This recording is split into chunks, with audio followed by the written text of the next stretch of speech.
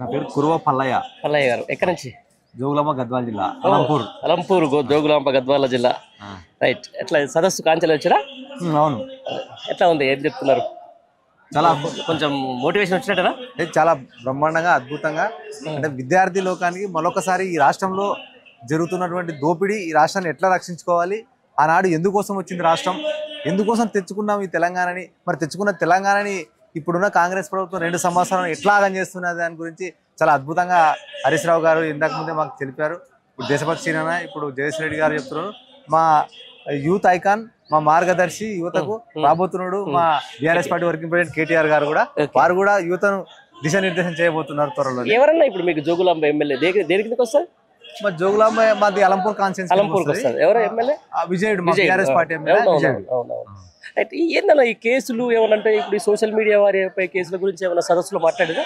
మాట్లాడారు, బ్రహ్మాండంగా మాట్లాడారు. ఏం లేదు, ఈ రాష్ట్రంలో రేవంత్ రెడ్డికి అక్కాసు ఉంది బాగా. ఎందుకు అంటే ప్రశ్నిస్తే నా యొక్క తప్పిదాలు అనేది గతంలో చేసినటువంటి తప్పిదాలు, నేను ఓటుకు నేటి విషయంలో నన్ను ఎట్లయితే ఇబ్బంది పెట్టిరు, నన్ను ఎట్లయితే జైలుకు పంపించరు, మరి ఇప్పుడు ఉన్నటువంటి పరిస్థితుల్లో కూడా నేనేమి అభివృద్ధి చేస్తలేను, ప్రతిదీ మాటలు చెప్పి అధికారంలోకి వచ్చినాను.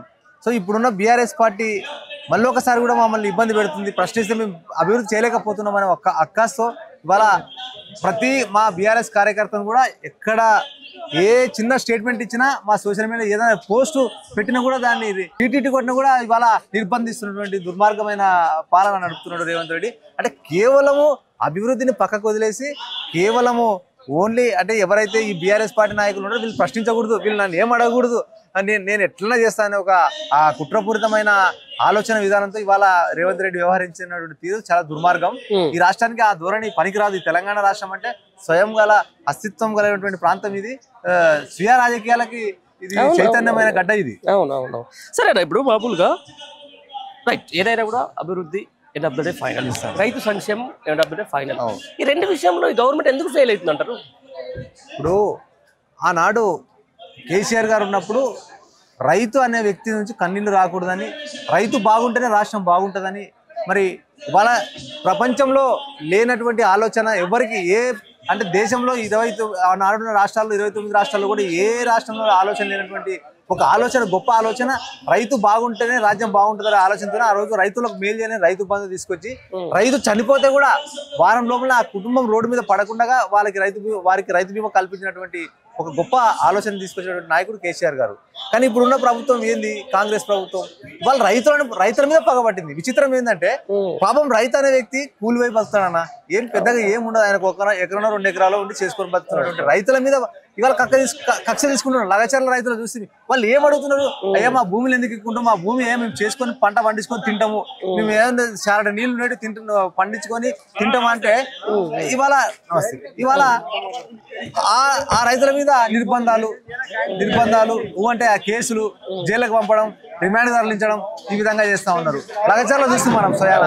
అదే విధంగా ఇవాళ ఈ యొక్క ఇథనాల్ ఫ్యాక్టరీ సంబంధించి మా అలంపూర్ నియోజకవర్గంలో కూడా పెద్దనోడ గ్రామంలో కూడా మొన్న రీసెంట్ గా కూడా 12 మంది రైతులు రిమాండ్ తరలించి దాదాపు 10,000 మంది రోడ్డు మీదకి వచ్చి మా భూములు వద్దు, మాకు ఇక్కడ వస్తే వాతావరణం కలుషితం అయితే మా జీవన విధానము చచ్చబడిపోతుంది, మా పిల్లలు అంటే క్యాన్సర్ రోగము లేకుంటే అవిటితనం వచ్చి మరి మాకు కలుషితమైన గాలి వల్ల మా జీవన విధానం తగ్గిపోతే ఆయు ప్రమాణాలు తగ్గిపోతాయని బాధపడుతూ ఉంటే దాన్ని రద్దు చేయాల్సినటువంటి కాంగ్రెస్ ప్రభుత్వం వాళ్ళతో కంపెనీలతో కుమ్మక్కై, కార్పొరేట్ కంపెనీలతో కుమ్మక్కై ఇవాళ డబ్బులు దోచుకునే పరిస్థితిలో ఉన్నది ప్రభుత్వం.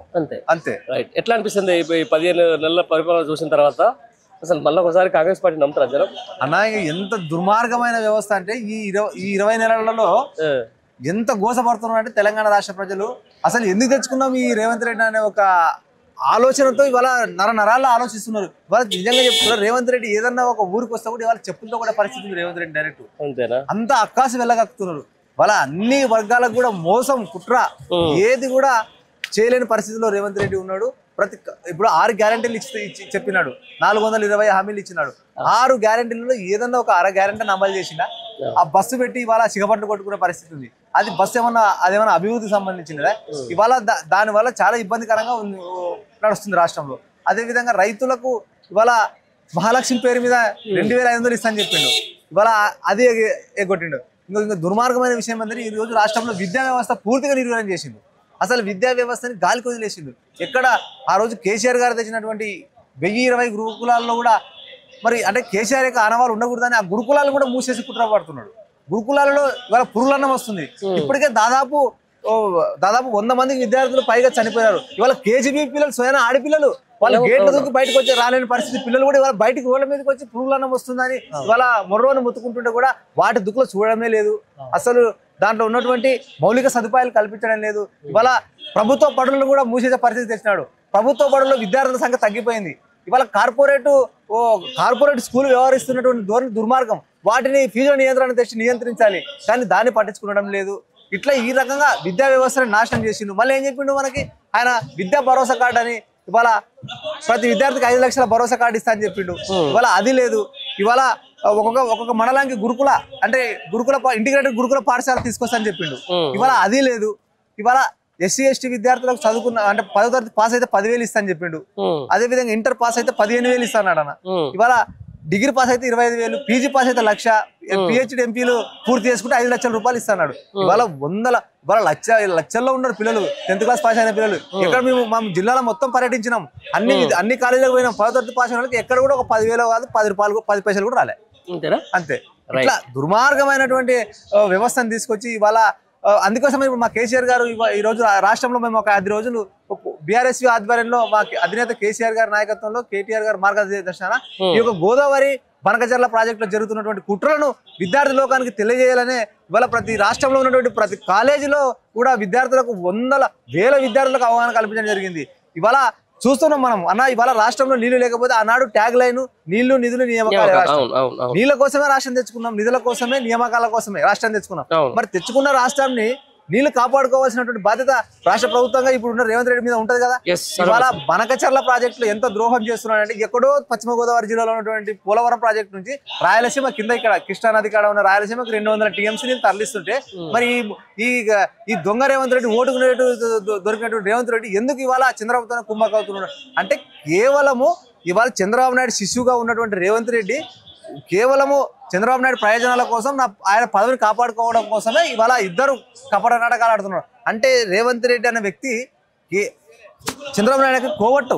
చంద్రబాబు నాయుడు ఏది చెప్తే అది ఇంప్లిమెంట్ చేయడానికి సిద్ధంగా ఉన్నాడు ఈ రాష్ట్రంలో. అందుకే ఈ రాష్ట్రానికి చంద్రబాబు నాయుడు వల్ల విపరీతమైనటువంటి అంటే కుట్ర చేస్తున్నాడు. విపరీతమైనటువంటి పరిస్థితులు ఉన్నాయి, చాలా దారుణంగా ఉన్నాయి. ఈ రాష్ట్రాన్ని మళ్ళీ ఒకసారి ఆంధ్రాలో కలిపే ప్రయత్నం కూడా చేసేదానికి సిద్ధంగా ఉన్నటువంటి దుర్మార్గుడు ఈ రేవంత్ రెడ్డి.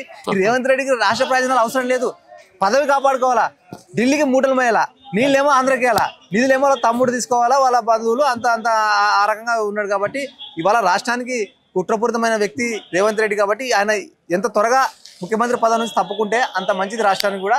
రాష్ట్రం మళ్ళీ బాగుపడుతుందని ఇవాళ పెద్ద ఎత్తున రాష్ట్రంలో ఉన్న ప్రజలు కానీ వామపక్ష పార్టీలు కూడా ఇవాళ మొత్తుకుంటూ ఉన్నాయి.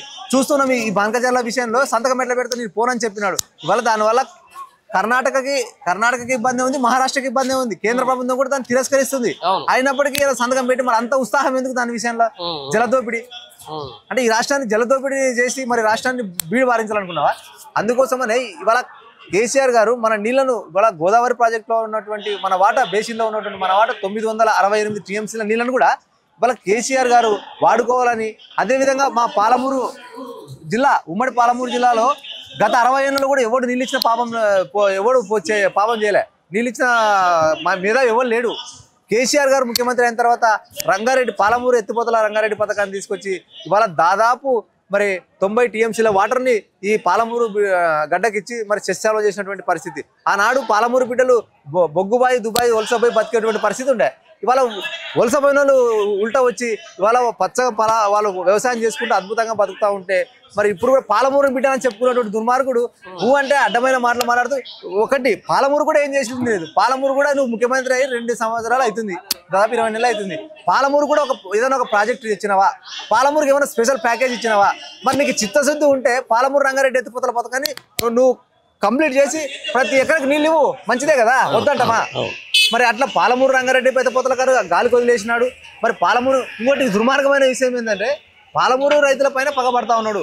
లగచర్లలో పాలమూరు సంబంధించిన వాళ్ళే పెద్దదనవాడలో పాలమూరు సంబంధించిన వాళ్ళు, నారాయణపేటలో పాలమూరు సంబంధించిన వాళ్ళు, మొత్తం ఎటు చూసినా పాలమూరు రైతుల మీద కరడు కట్టి కేసులు పెట్టేటువంటి దుర్మార్గమైన పరిస్థితి ఈ రాష్ట్రంలో దాపరించడం చాలా బాధాకరమన్న. అందుకే కేసీఆర్ గారి నాయకత్వంలో వాళ్ళ పెద్ద ఎత్తున విద్యార్థి లోకాన్ని ఇన్వాల్వ్ చేసి వీళ్ళు చేసేటువంటి కుట్రలు ఈ రాష్ట్రానికి ఎట్లయితే అంటే ఈ రాష్ట్రాన్ని ఎట్లయితే వాళ్ళు దిగజారడానికి చూస్తూ ఉన్నారో, రాష్ట్రాన్ని మళ్ళీ ఒకసారి గతంలో ఉన్నట్టు చేయడానికి చూస్తున్నారో వాటి కుట్రలు తిప్పికొట్టాలని వాళ్ళ విద్యార్థి లోకాన్ని చైతన్యం చేయడానికి అనుకున్నామన్నా.